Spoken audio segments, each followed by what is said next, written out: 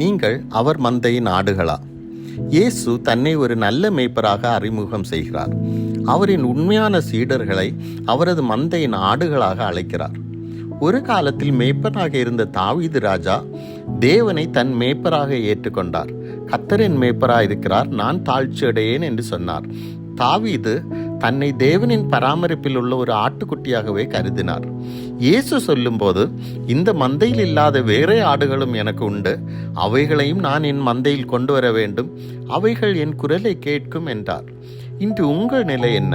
நீங்கள் அவருடைய மந்தையின் ஆடாக இருக்கிறீர்களா, அல்லது வழி மாறி அலைந்து கொண்டிருக்கிற ஆடாக இருக்கிறீர்களா? அவர் மந்தையில் இல்லை என்றால் வாழ்க்கை நிச்சயமற்றதாகவும் பயம் நிறைந்ததாகவும் மாறிவிடும். உங்களுக்கான மேய்ச்சலையும் தண்ணீரையும் யார் உதவியுமின்றி நீங்களே தேடிக்கொள்ள வேண்டிய நிலை ஏற்படும். நீங்கள் ஆழமான பள்ளத்தாக்கில் விழுந்தால் உங்களை தூக்கிவிட யாருமே இருக்க மாட்டார்கள். பட்சிக்கும் விலங்குகளிடமிருந்து உங்களை பாதுகாக்க யாருமே இருக்க மாட்டார்கள்.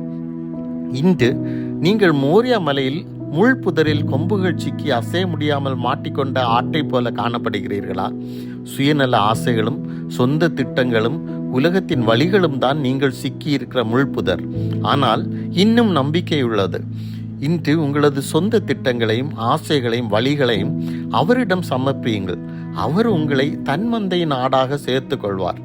அவர் மந்தையின் ஆடாக சேர்ந்தால் இயேசு உங்கள் அனுதின தேவைகளை சந்திப்பார். மரண இருளில் பள்ளத்தாக்கிலே நடந்தாலும் பொல்லாப்புக்கு பயப்பட தேவையில்லை. அவர் உங்களுடன் எப்போதும் இருப்பார். அவர் நல்ல மேய்ப்பர். சாத்தானின் பிடியிலிருந்து ஆடுகளை காப்பாற்ற தன் உயிரையே சிலுவையில் கொடுத்தார். அவர் உங்களை புல்லுள்ள இடங்களில் மேய்த்து அமர்ந்த தண்ணீர்கள் அண்டையில் அழைத்து செல்வார். உங்கள் தலையை எண்ணெயால் அபிஷேகம் செய்து சாத்தானை உங்களிடம் நெருங்க விடாமல் செய்வார்.